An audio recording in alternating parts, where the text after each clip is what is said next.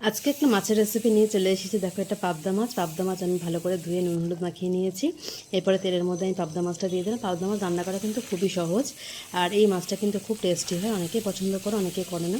তো আমার খুব ভালো লাগে এই মাছটা। তো আমি এই যে মাছটা হালকা করে ভেজে নিচ্ছি, খুব বেশি ভাজবো না, খুব বেশি ভাজার দরকার নেই, তাহলে মাছের কারি করলে পরে না মাছের টেস্টটা চলে যায়। তেলের মধ্যে সর্ষে, পোস্ত, কাঁচা লঙ্কা বাটা বেটে রেখেছিলাম, মিক্সিতে পেস্ট করে রেখেছিলাম, সেটা দিয়ে দিলাম। কালো জিরে দিয়েছি, কিচ্ছু না, কিন্তু কিচ্ছু লাগে না।